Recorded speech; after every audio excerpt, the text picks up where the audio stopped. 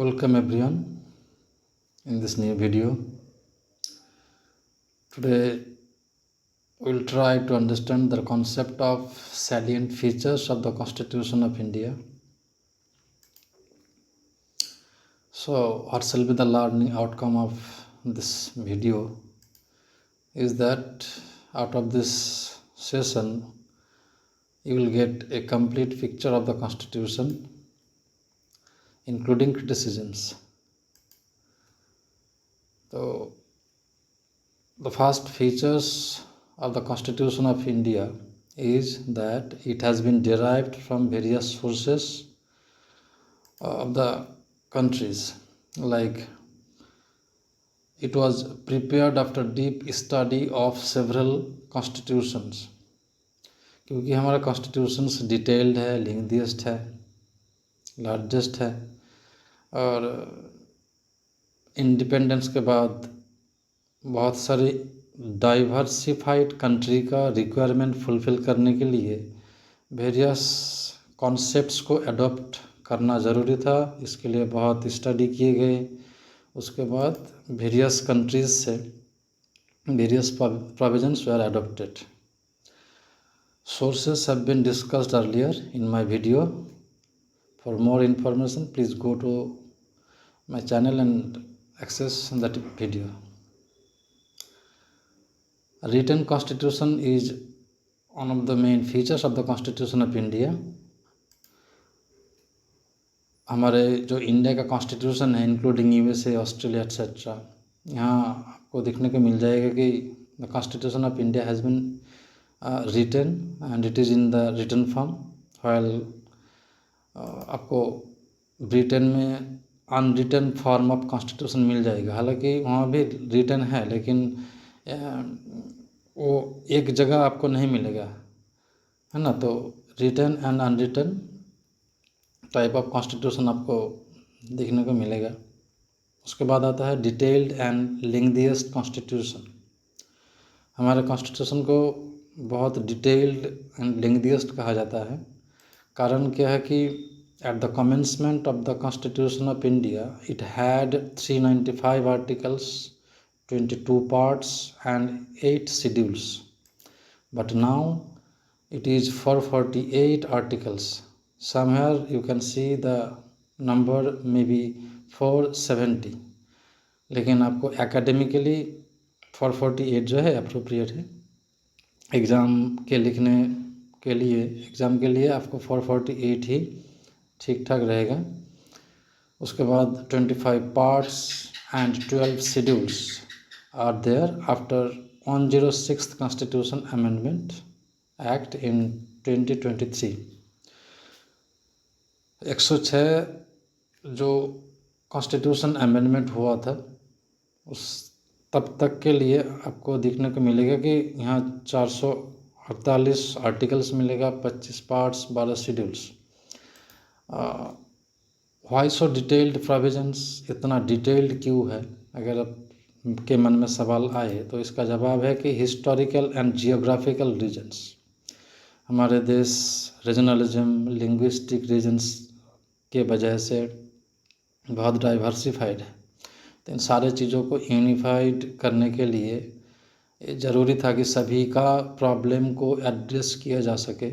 इस वजह से दूसरी बात कि डी बसु के according the democracy of India is an infant democracy.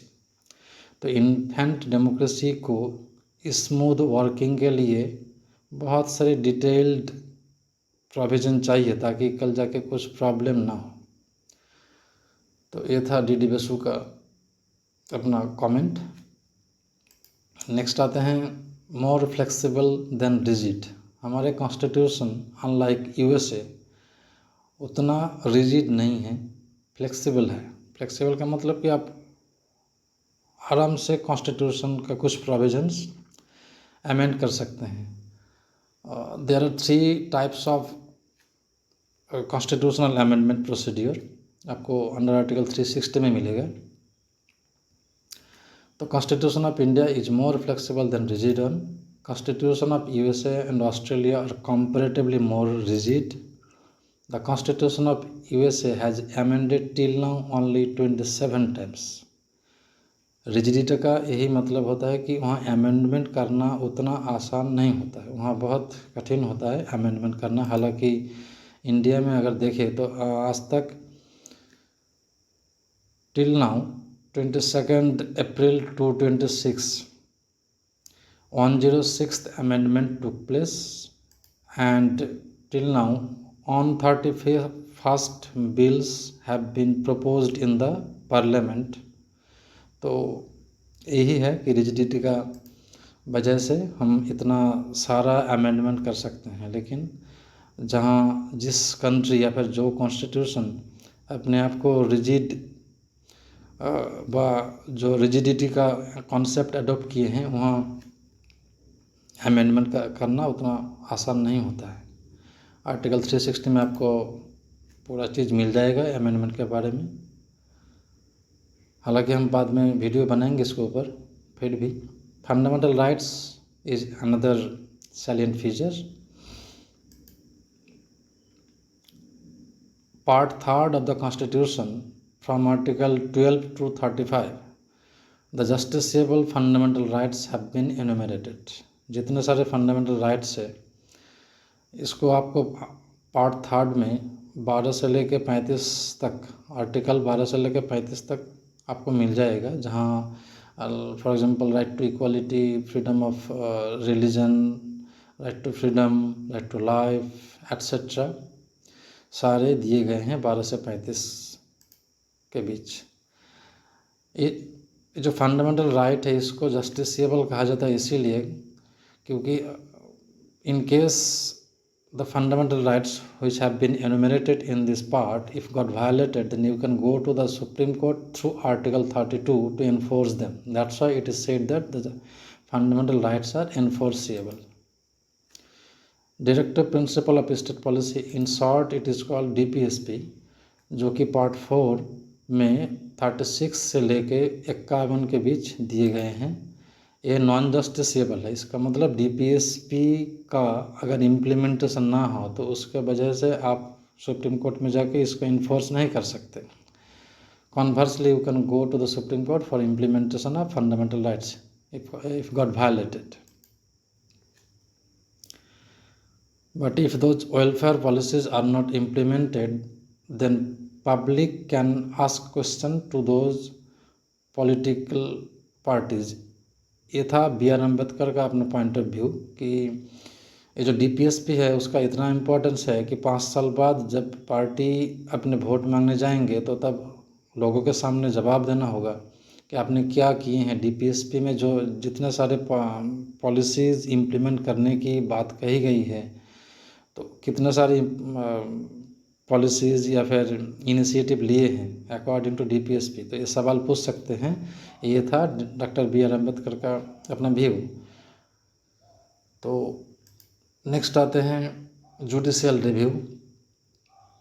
Judicial review का मतलब होता है कि कोई भी कानून which has been passed either by parliament or by state legislature, if it is infringing or violating the fundamental rights enumerated under part 3 of the constitution, then one can go to the Supreme Court to check the validity of that law. तो इसीलिए supreme court क्योंकि highest interpreter है of the constitution of India, article 13 में ये पूरे चीज़ अच्छे से कहा गया है कि कैसे कब कौन सी कानून को वॉइड डिक्लेयर किया जाएगा अगर वो कॉन्ट्रावेन करे किसी भी फंडामेंटल राइट को। Doctrine of severability, doctrine of eclipse, सारी चीज़ें वहीं पर से आते हैं।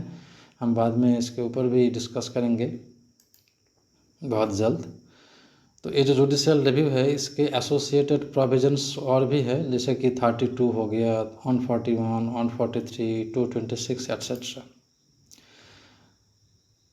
ये जो प्रिंसिपल है जुडिशियल रिव्यू का, it has been propounded by the US Supreme Court through Marbury versus Madison in 1803, and it is a basic structure of the constitution of India also. Basic structure क्या है हम थोड़ी देर में देखेंगे। Independence of judiciary, एक federal country में या फिर किसी भी कंट्री में जुडिशियरी का इंडिपेंडेंस होना बहुत ही ज़रूरी है डेमोक्रेटिक राइट्स को मेंटेन या फिर प्रोटेक्शन के लिए। अगर फेडरेशन है तो फिर उस फेडरेशन को प्रोटेक्शन के लिए independence of judiciary is most important. तो independence of judiciary is very important for a democratic and federal country. It is the federal court of India. Independence से पहले सुप्रीम कोर्ट फेडरल कोर्ट के तौर पे काम कर रहे थे। इंडिपेंडेंस के बाद या फिर कमेंसमेंट ऑफ द कॉन्स्टिट्यूशन के बाद इसको सुप्रीम कोर्ट में तब्दील किए गए। It is the highest court of the appeal. It is guarantor of fundamental rights. It is guardian of the constitution of India. तो इतने सारे एडजेक्टिव्स दिए गए हैं। Fundamental duties also are there under part 4A under article 51A। ये जो दोनों चीज़ें हैं इसको इंसर्ट किए गए थे by the constitution amendment act 1976। तब तक 10 फंडामेंटल ड्यूटीज़ वेयर देयर, और by the 86th constitution amendment act 2002 on more duty was inserted, and right now total fundamental duties are 11. These are not justiciable। जैसे कि हमने देखे थोड़ी देर पहले कि जस्टिसेबल का मतलब होता है कि आप कोर्ट में जाके किसी भी प्रोविज़न का इन्फोर्समेंट या फिर इम्प्लीमेंटेशन करने के लिए आप जा सकते हैं कोर्ट के द्वारा। तो ये जस्टिसेबल नहीं है unlike fundamental rights. Adult franchise का मतलब होता है कि आप अपना पॉलिटिकल राइट्स अपना शो करेंगे, एक्सप्रेस करेंगे। कैसे कि जैसे कि मान लीजिए 18 साल होने के बाद हम जैसे कि अपना वोट कास्ट करते हैं किसी भी पार्टी के फेवर में, तो ये आपको 18 साल होने के बाद ही अलाउ है voting rights without any discrimination. Minimum qualification is that you are above 18 years. लेकिन ये जो 18 ईयर्स का कॉन्सेप्ट है ये 61st कॉन्स्टिट्यूशन अमेंडमेंट एक्ट 1988 के द्वारा इसको 21 से 18 में लाया गया था। इससे पहले 21 था। सिंगल सिटीजनशिप का कॉन्सेप्ट क्यों लाया गया है? जैसे कि यूएसए भी एक डेमोक्रेटिक रिपब्लिक है, लेकिन वहाँ डुअल सिटीजनशिप का कॉन्सेप्ट है। वो भी एक फेडरेशन है, इंडिया भी एक फेडरेशन है। तो सिंगल सिटीजनशिप का कॉन्सेप्ट इसीलिए लाए गए हैं ताकि इंडिया में जो फ्रैटर्निटी है, ब्रदरहुड है, उसको प्रमोट किया जा सके। क्योंकि we are diversified country, language का भरमार है, रीजनलिज्म का इम्पैक्ट बहुत है। जैसे कि आपको देखने को मिलेगा खालिस्तान कॉन्सेप्ट का हो गया, नॉर्थ ईस्ट का प्रॉब्लम्स हो गया। तो इतने सारे प्रॉब्लम्स को तभी जो फ्रेमर्स ऑफ द कॉन्स्टिट्यूशन थे it was there in their mind, so that single citizenship का कॉन्सेप्ट लाया गया था ताकि फ्रैटर्निटी को प्रमोट कर सके, ब्रदरहुड रहे, etcetera. Parliamentary form of government, parliamentary form of government versus presidential form of government के ऊपर हम पहले ही मैंने एक वीडियो डाल दी है अपने चैनल में। अगर आपको ज़्यादा जानने की इच्छा हो तो आप वहां जाकर उस वीडियो को एक्सेस कर सकते हैं। तो पार्लियामेंट्री सिस्टम का मतलब इतना ही होता है कि डायरेक्ट इलेक्शन के दौरान किसी पार्टी जिसको मेजॉरिटी मिलते हैं उस पार्टी से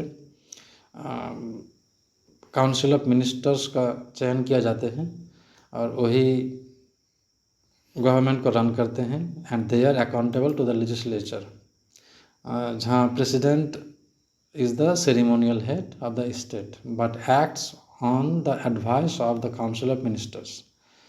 प्रेसिडेंट हालांकि हेड ऑफ द नेशन है कॉन्स्टिट्यूशनली, बट वो सिर्फ सेरेमोनियल हेड है।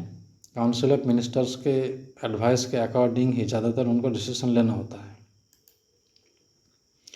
नेक्स्ट आता है 3-tier government system in India, at the centre, at the state level and at the rural और लोकल लेवल। जैसे कि 73rd और 74th कॉन्स्टिट्यूशन अमेंडमेंट एक्ट 1992 के दौरान जो लोकल गवर्नमेंट है उसका कॉन्सेप्ट लाया गया था। उससे पहले सेंटर और स्टेट लेवल पे ही था। तो 73rd कॉन्स्टिट्यूशन अमेंडमेंट के दौरान रूरल लोकल सेल्फ गवर्नमेंट का इन कॉन्सेप्ट का इंट्रोडक्शन हुआ था, और 74th कॉन्स्टिट्यूशन अमेंडमेंट के दौरान अर्बन लोकल गवर्नमेंट और या फिर अर्बन लोकल बॉडी का इंट्रोडक्शन हुआ था। A federation with centralising tendency. India is a federation. Federation means where there shall be a dual polity. It means government there should be there at center as well as at the regional level also, and both will have certain, to some extent they will have autonomy in decision making. So a federation includes dual polity. India is A quasi federal country. अगर हम अपना federal constitution का nature देखें, हमारा constitution जो है quasi federal है according to KC है। USA follows the federalism strictly. US federalism को स्ट्रिक्टली फॉलो करते हैं। वहाँ स्टेट्स ऑटोनॉमी बहुत है, unlike India. Indian states have no right to claim absolute autonomy. India में उतना एब्सोल्यूट ऑटोनॉमी का कॉन्सेप्ट नहीं है। It is union in form but unitary in spirit. Article 1 of the constitution says that India, that is Bharat, is A union of states. तो union of states इसका मतलब यही होता है कि आप खुद को सेपरेट नहीं कर सकते अपने यूनियन से, उतना भी आज़ादी नहीं है। India is a secular country. Secular country का मतलब होता है कि a country that will not have any official religion but will allow to people to practise, protect, propagate, promote their own religion without any state's aid और state's intervention. The term secular was inserted in the preamble by the Constitution Amendment Act 1976. Irrespective of that, उससे पहले भी हमारा जो Indian constitution था वो तो secular था, लेकिन उसके बावजूद उसको थोड़ा ज़्यादा स्पेसिफाई कर दिए गए थे 1976 के कॉन्स्टिट्यूशन अमेंडमेंट एक्ट के द्वारा। राइट टू रिलीजन आपको मिल जाएगा 25 से 28 के बीच, जहां हर कोई अपने अपने धर्म को अपने अकॉर्डिंग रिलीजन को प्रैक्टिस, प्रोपोगेट, प्रमोट कर सकते हैं without any states intervention. Next आते हैं the doctrine of basic structure.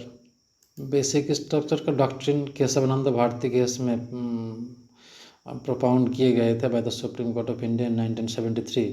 इसका मतलब होता है कि constitution can be amended without violating the fundamental and basic structure. Constitution को अमेंड कर सकते हैं, लेकिन कुछ ऐसे स्ट्रक्चर्स है जिसको पार्लियामेंट अमेंड नहीं कर सकते।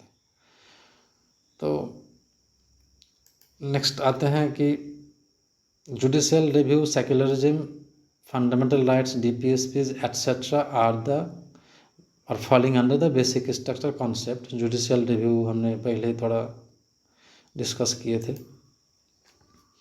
Rule of law is one of the main features of the constitution and it is also falling under the concept of basic structure. ये भी एक बेसिक स्ट्रक्चर है।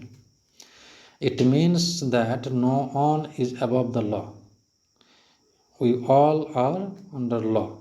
It means constitutional supremacy is necessary to realize the concept of rule of law. Article 14 में आपको इसका concept मिल जाएगा, जहाँ equality before law का कॉन्सेप्ट दिए गए हैं, और ये तो बेसिक स्ट्रक्चर है ही।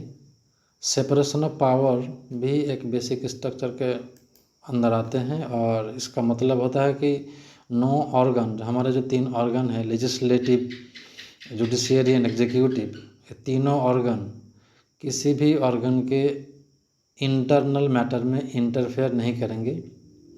यही सिर्फ इतना मतलब है। और मोंतेस्क्यू जो है वो फाउंडर है इस कॉन्सेप्ट का। इमरजेंसी प्रोविजंस भी आते हैं फंडामेंटल फीचर्स में। 350 से लेके 360 तक under part 18 the concept of emergency has been given. तो 3 तरीके का आपको इमरजेंसी का प्रोविज़न मिल जाएगा बेसिकली। नेशनल इमरजेंसी तभी लग सकता है 352 के अकॉर्डिंग जब कॉन्स्टिट्यूशनल मशीनरी फेल हो जाए। 356 किसी भी स्टेट्स में लगा सकते हैं कि अगर लॉ एंड ऑर्डर फेल हो जाए, या फिर कॉन्स्टिट्यूशनल मशीनरी फेल हो जाए, या फिर सेंटर्स का डायरेक्शन ना माने, एट्सेट्रा। और 360 है फाइनेंशियल इमरजेंसी। उसके बाद अब देखें कि क्रिटिसिज्म क्या क्या है। अभी हम जो देखे हैं बहुत सारे फीचर्स, तो उसके बाद थोड़ा क्रिटिसिज्म भी देख लेते हैं कि बहुत सारे स्कॉलर्स या फिर जूरिस्ट्स कौन कौन जो कमियां हैं, जो लूप हॉल्स है उन लोगों के अकॉर्डिंग। तो पहला है बोरोड कॉन्स्टिट्यूशन। बोरोड मतलब कि हम क्योंकि बाहर बहुत सारे देशों के संविधान से पढ़ के डीप स्टडी करके बहुत सारे प्रोविजंस लिए हैं। सोर्सेस ऑफ द कॉन्स्टिट्यूशन के ऊपर मैंने पहले ही कहा कि वीडियो मैंने पहले बना चुके हैं। तो वो जो सोर्सेस है बहुत सारे वेरियस अदर कंट्रीज़ का कॉन्स्टिट्यूशन, तो उससे पढ़ के हम लिए हैं। तो उसके वजह से कहा जाता है कि ये बोरोड है ना, दूसरों से लिया हुआ कॉन्स्टिट्यूशन है। लेकिन it's not a valid criticism according to me. और non Gandhian constitution, non Gandhian का मतलब क्या होता है कि गांधी का प्रिंसिपल हमने अडोप्ट नहीं किए हैं, किसी का बहुत सारे लोगों का कहना है। ये एंटी इंडियन है क्योंकि इंडियनाइजेशन का कॉन्सेप्ट कॉन्स्टिट्यूशन में नहीं है, कुछ लोगों का कहना है। उसके बाद आता है लार्जेस्ट कॉन्स्टिट्यूशन। इतना लेंथीएस्ट प्रोविज़न रहने के कारण इसको लार्जेस्ट कॉन्स्टिट्यूशन का तकमा दिए गए हैं।